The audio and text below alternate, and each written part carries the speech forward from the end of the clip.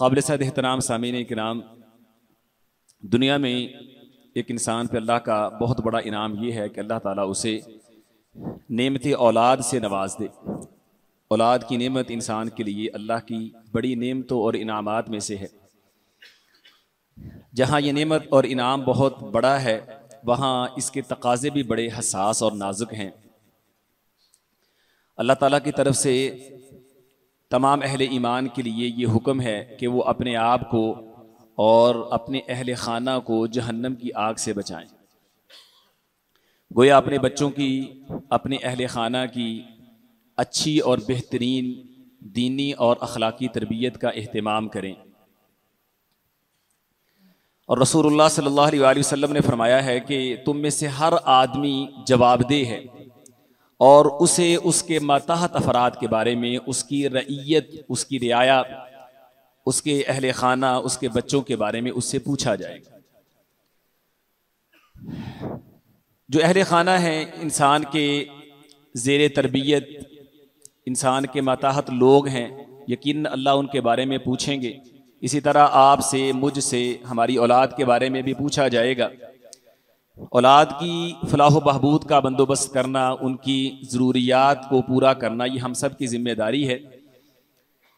बाज़ चीज़ें ऐसी होती हैं जो इंसान अपनी इस्तिताअत से बढ़ के भी करता है अपने बच्चों की दिलजोई के लिए। फ़ी ज़माना अगर हम देखें तो बहुत सारी चीज़ें हम अपने बच्चों को ऐसी भी फराहम करते हैं जिनके बगैर गुजारा हो सकता है, लेकिन चूँकि बच्चे उनके साथ खुश होते हैं तो बच्चों की खुशी की खातिर हम अपने आप को मुश्किल और मुशक्क़त में डाल के अपने बच्चों को वो चीज़ें फराहम करते हैं। मिसाल के तौर पे मोबाइल है, इस तरह की चीज़ें हैं। क़यामत के दिन अल्लाह ताला आपसे ये नहीं पूछेंगे आपके बच्चे के पास आईफोन था कि नहीं, लैपटॉप था कि नहीं, कंप्यूटर था कि नहीं, वो आला यूनिवर्सिटी के अंदर तालीम हासिल करता कि नहीं, और उसके पास बेहतरीन किस्म के लिबास थे कि नहीं। अलबत्ता आपसे, मुझसे ये ज़रूर पूछा जाएगा आपका, मेरा बच्चा नमाजी था कि नहीं, कुरान पढ़ता था कि नहीं, अल्लाह की तौहीद को समझता था कि नहीं, अच्छे काम करता था कि नहीं, बुराइयों से, गलत कामों से, शैतानी कामों से बचता था कि नहीं। आपका बच्चा कल आपका गिरेबान इसमें नहीं पकड़ेगा कि आपके बच्चे के पास मोबाइल या लैपटॉप था कि नहीं। अलबत्ता मेरा और आपका बच्चा इस हवाले से मेरा और आपका गिरेबान पकड़ेगा कि आपने उसे नमाज का कहा कि नहीं, आपने उसे अच्छे कामों की तालीम और तरबियत दी कि नहीं, आपने उसके दीनी मुस्तकबिल के हवाले से कोई प्लान की कि नहीं। तो यकीनन ये बड़ा हसास और ख़तरनाक मामला है। हर बंदा ये शौक और ख्वाहिश तो रखता है कि उसके बच्चे नेक हों, उसके बच्चे दीनदार हों, लेकिन उसके लिए जो करना चाहिए, जो असबाब और वसाइल इख्तियार करने चाहिए, वो लोग नहीं करते। बस खाली ख्वाहिशें होती हैं, तो ख्वाहिशात से कभी काम पूरे होने वाले नहीं हैं। जहां आप ये ख्वाहिश रखते हैं, शौक रखते हैं, उसके लिए वो असबाब, वो ज़राए भी इख्तियार कीजिए। अगर आप चाहते हैं आपकी औलाद, आपके बच्चे नेक हों, उसके कई एक असबाब है। मैं सिर्फ एक की तरफ इशारा करूंगा, वक्त बहुत थोड़ा है। वो ये है कि आप अगर चाहते हैं कि आपके बच्चे, आपकी औलाद नेक हो, तो उसके लिए आप खुद, दोनों मियाँ बीवी, बच्चे के वालिदैन, माँ और बाप भी नेक बने। हम खुद नेक नहीं बनते, खुद अच्छा नहीं बनते, खुद बाअखलाक, बाकिरदार, दीनदार, मुतदय्यन नहीं होते, और चाहते ये हमारे बच्चे नेक हो जाएं। बाप खुद नमाज नहीं पढ़ता, माँ खुद नमाज नहीं पढ़ती, आप खुद झूठ बोलते हैं, चाहते हैं बच्चा झूठ ना बोले। बाप बेटे के सामने स्मोकिंग कर रहा है और चाहता मेरा बेटा स्मोकर ना बने। ठीक है, आप खुद अपने बच्चों के सामने गलत काम कर रहे हैं और चाहते हैं आपके बच्चे गलत काम ना करें। कैसे मुमकिन है? अल्लाह किसी को हिदायत देते हो अलग बात है, वगरना मोस्टली, अक्सर तौर पे जैसा आप दिखाएंगे, बच्चे को तरबियत देंगे, बच्चा वैसे ही हो। ठीक है, बच्चा वालिदैन की नकल करता है, वालिदैन का तर्ज अमल अपनाता है और उस तरफ माइल होता है जहां बच्चे को रिलैक्सेशन मिलती है। हाफिज़ इब्न क़य्यिम रहमतुल्लाह अलैह ने ज़ादुल माद के अंदर गालिबन ये वाक़या लिखा है कि मियाँ बीवी के अंदर जुदाई हुई। माँ चाहती थी बच्चा छोटा है कि बच्चा मुझे मिल जाए, बाप चाहता था मुझे मिल जाए। फैसला अदालत में गया, काजी ने फैसला बच्चे पे छोड़ दिया कि बेटा किसके साथ रहना पसंद करोगे। बेटा कहता मैं अपने बाप के साथ रहूंगा। आमतौर पर बच्चे माँ के करीब होते हैं और छोटी उम्र का बच्चा ज्यादातर माँ की ममता चाहता है, तो इसलिए वो ज्यादातर माँ के पास रहना पसंद करता है। लेकिन बच्चा कहता है मैंने बाप के पास जाना है, तो जज ने फैसला बाप के हक में दे दिया। उसके बाद मां कहने लगी कि जज साहब जरा मेरे बेटे से पूछे ना, ये बाप के साथ रहना क्यों पसंद करता है, इसने बाप को क्यों इख्तियार किया है। तो जज ने कहा कि बेटा तुम बाप के साथ रहना क्यों पसंद करते हो, मां के साथ क्यों नहीं तुमने रहना पसंद किया। तो उसने जो जवाब दिया, कहता है उम्मी तबासुनी कुल्ला यौमिन इलल कुत्ताबी वल फकीह यज़रिबुनी। मां जी हर रोज बड़े एहतमाम के साथ मुझे मदरसे भेजती है, और सबक आता नहीं, मैं पढ़ता नहीं हूं तो उस्ताद टीचर फेंटी लगाता है। जबकि वह अभी यतरुकुनी अल्लाबु मासिबियानी, अब्बा जान मौज करवाते हैं, पूछते ही नहीं है, बल्कि मुझे खुली छुट्टी दे रखती, मैं बच्चों से खेलता हूं और सारा दिन बड़े आराम और सुकून से गुजरता है, इसलिए अब्बा जी के साथ रहना।